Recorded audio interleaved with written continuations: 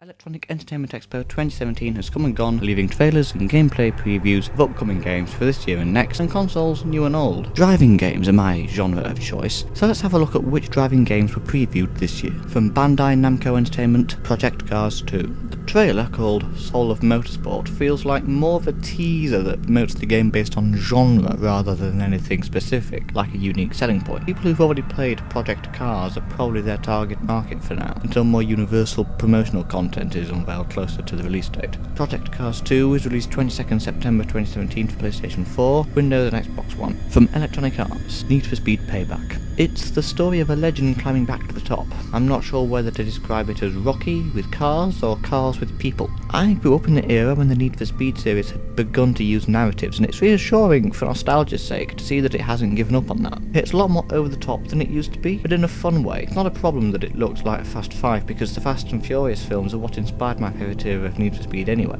This installment looks like a combination of Need for Speed Hot Pursuit with Burnout 3 Takedown, two other great games, if they were directed by Michael Bay, for better or for worse. The cutscenes do at least look cool, but it would be better if they were playable. Hopefully, the police pursuit system will be up to standard with Need for Speed Most Wanted, which has set the series bar. Need for Speed Payback is released 10th of November 2017 for PlayStation 4, Windows and Xbox One. From Microsoft Studios, Forza Motorsport 7. This is available in 4K and looks stunning and beautiful. Not only is it photorealistic, but the environments alone are an art form in themselves. The question is, what else? It definitely looks to be a good game to play for fans of the genre, but apart from the realistic graphics and the way the environments look, is there nothing else to say? Or are those factors enough? If it's a good game within the genre, and it does look that way, those things are likely to only add something. Microsoft's conference revealed that there are more real cars in this game than any other. Forza Motorsport 7 is released 3rd of October 2017 for Windows and Xbox One. From Sony Interactive Entertainment, Gran Turismo Sport. Polyphony Digital always remember that if a game is worth developing, it's worth doing so as a piece of art rather than of genre. Yet the entire presentation for this first trailer in how fun it's trying to be. And if the gameplay reflects that, then Gran Turismo will have added what's missing from an otherwise excellent series, the enjoyability. The series is popular for being the world's most accurate driving simulator game, but if it can now be made fun at the same time, we could be onto something almost unbeatable. But this trailer alone looks like a short film that represents everything that's fun about driving, and a great celebration of the whole automobile concept rather than of driving games, which is great because video games should be about more than playing them. It's interesting how a series popular for simulating cars is reducing how many cars are in it and focusing more on racing those cars instead of collecting them. Essentially, this is a tonal reboot of Gran Turismo, and the developer in the behind the scenes video describes it as the beginning of a second generation of Gran Turismo games, though what this means will probably only become apparent in hindsight after several more of them in the future. But the most important thing about this trailer is the way that I felt something I haven't felt in any other Gran Turismo game, that I'm being invited to become part of a global player base instead of playing the game on my own. That matters because the knowledge that other cars or other players adds to the experience and makes the game more authentic, because it's not only a driving simulator, but a simulator of racing and racing culture. To do so with the same amount of accuracy as before, while also being entertaining, is what I'm predicting will make this latest installment the most popular so far. The most recent 3 installments have felt like the same game, with the quality of graphics being all that changes. Which is not to say that there's less application of video games as art here, because there definitely is, and that's shown by the featurette that demonstrates the level of detail being applied in order to transpose certain elements of reality onto a disc. Each member of the development team is irreplaceable, possessing a unique skill. It's the kind of respect for teamwork that has given Polyphony Digital their reputation as a collaboration of disciplines, and the International Automobile Association is to recognise the Gran Turismo Online Championship as an official sport.